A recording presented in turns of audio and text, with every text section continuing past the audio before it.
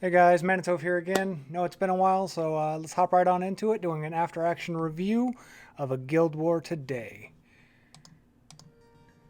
Now, in this first round, went against a Molong, Ritesh Perna, and a Sierra Gianna Rika. And let's see how that went.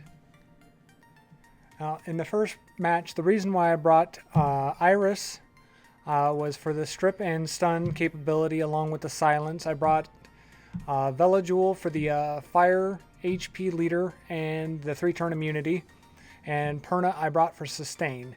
In conjunction with Iris's passive when she attacks, she heals the unit with the lowest HP.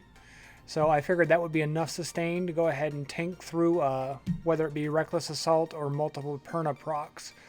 Now you see what I did is I started off with the biggest threat that I could see on that side, and that was the Ritesh AoE defense break. So I start off by silencing that unit, and then I start dealing the damage to the Perna because the Perna is the big damage. Like I said, I figured with the two passives from Iris and Perna that the Reckless Assault wasn't going to be too much of a threat, and also the 3-turn immunity would stop Molong from proccing into a defense break, which might change the targets of either Perna or Ritesh. This was a pretty easy match to go ahead and tank my way through. Iris is not in the meta as much anymore, but is still a great unit.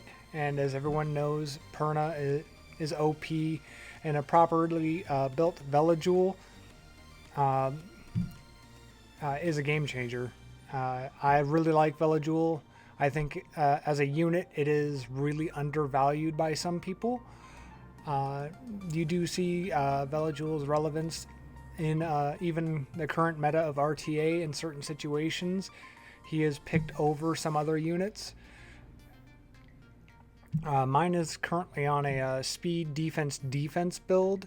I did that intentionally to still provide some viability in the damage aspect, because sometimes I do take in multiple support units in which my damage would be lacking. So Velajewel is a nice medium damage dealer. There are some builds where he is a crit damage defense build. I don't have the runes to swing that kind of build, unfortunately, and I don't know if I would actually even switch over to that anyways, because I'm sitting at a nice build right now. I believe he's at plus 141 speed on violent will, so I'm pretty comfortable with that. I do have a second Velajewel. It's on a swift build, which is actually slower than my violent build.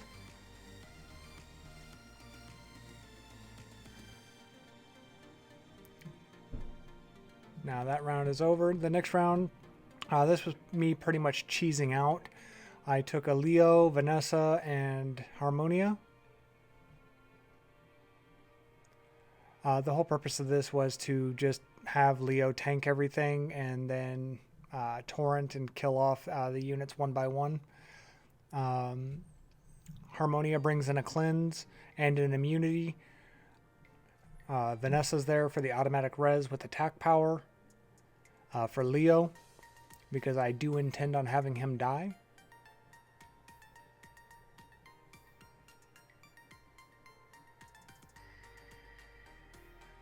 Now everything's going pretty much as I expected it to, except for the Gianna decided to switch targets for some unknown reason. And now here my Leo dies, comes back, nearly full attack bar. That's the benefit of having Vanessa's passive res, is they come back with the exact same amount of attack bar as when they died, opposing to starting at 0 attack bar with most other reses. As you see, it was just going through the progressions at this point. Pretty simple, easy. Not really much of a threat, even though we know Rika can go a little proc crazy, stacking those dots. But once again, that's why I brought Harmonia. Immunity, or the cleanse, depending on if I needed it at a certain point in time to save a unit. But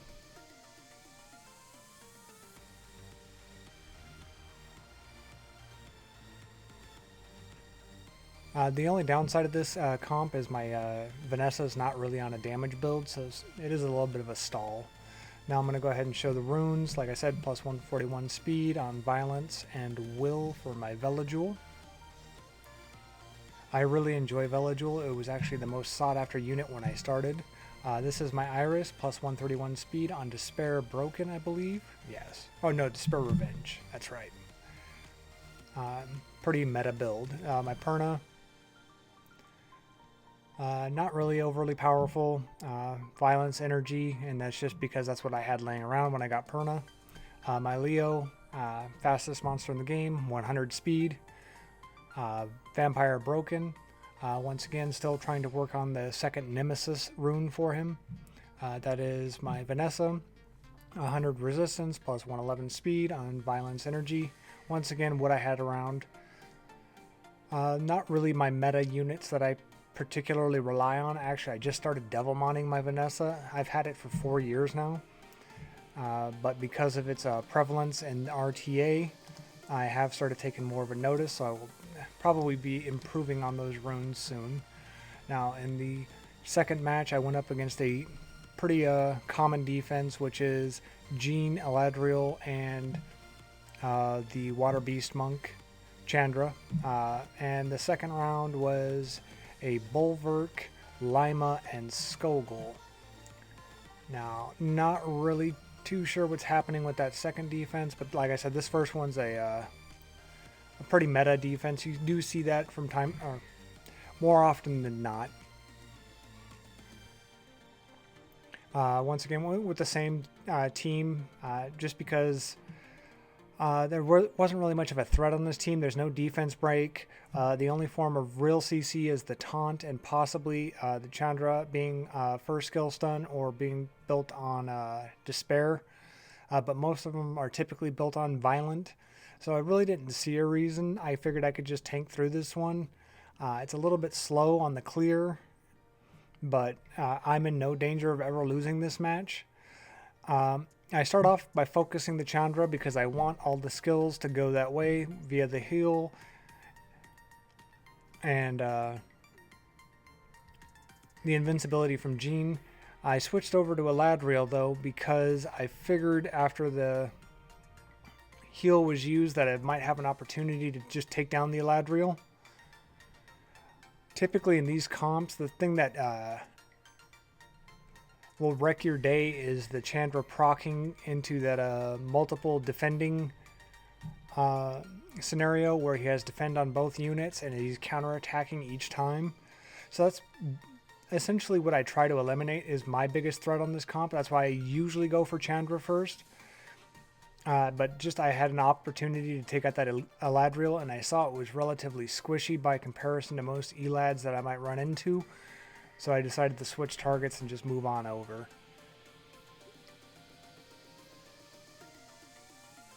And this is where it got a little bit of annoying, but luckily Iris there, strip, stun, and I had just an easy clear. Once again, Iris not really that prevalent anymore, like with RTA and whatnot, but still a great unit. Worth investing time in building if you are fortunate enough to pull one. It's throwing me off too because like I said, I normally go after the Chandra first.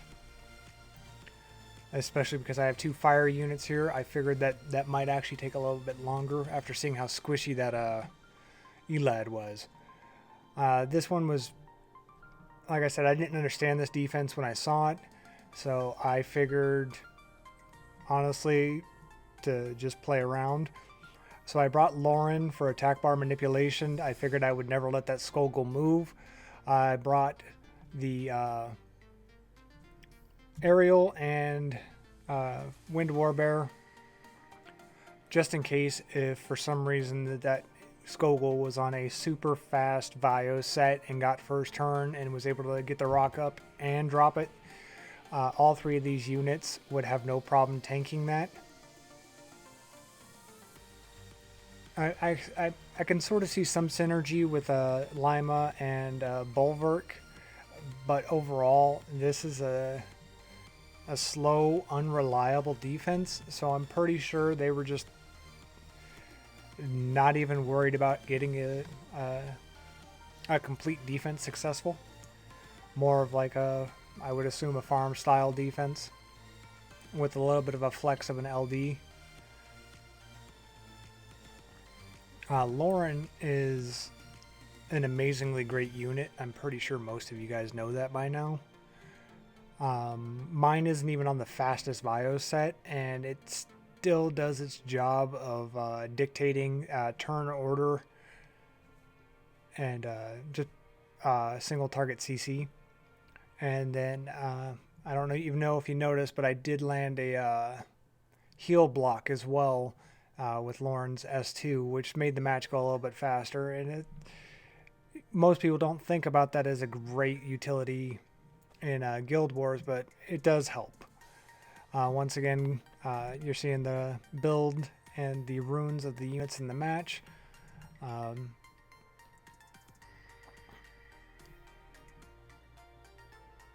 Now the next match I'm really looking forward to because I got to play around with a new unit that I had just built. Here's my aerial. Not overly anything great. Plus 82 speed, Vio, Nemesis. My Lauren plus 119 speed. I think it's on a Vio broken set and almost 30k HP. Oh, Violent Revenge. And Ramagos. 42k HP, not much speed, Vampire Broken with one Ancient Rune, which I'll probably never get grinds for because I find that whole scenario to be annoying to farm. Alright, and for the next match, the first round was a Molong, Feng Yang, Triana. Second round was Leica, Perna, and Hathor. Once again, didn't see much threat from these defenses, so I just cheesed this one out.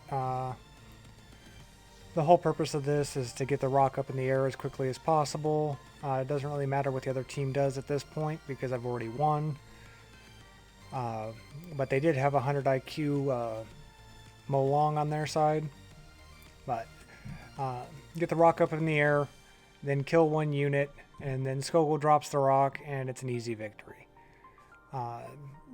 The damage for Skogul is divided amongst the number of standing units on the other side, so I figured that 22k a piece would be pretty cool. Pretty sufficient to finish him off.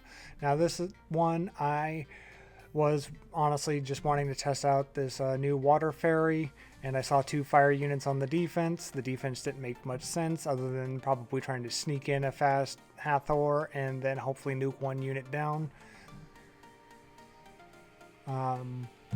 But this Water Fairy seems to be getting a lot of love in RTA, so I figured I would build it and give it a test to see how I liked it, and I realized pretty quickly that I had overlooked that this unit's particular usability, just in the fact of the skill 3 is a 2-turn sleep with a 3-turn cooldown. So you're going to see throughout the match that Leica pretty much is a non-factor because this Water Fairy just Hathor's him better than Hathor's us. So the purpose of the Wind Warbear was literally just to tank the fire units and get low enough on the health that I can clean shot something. Pretty safe.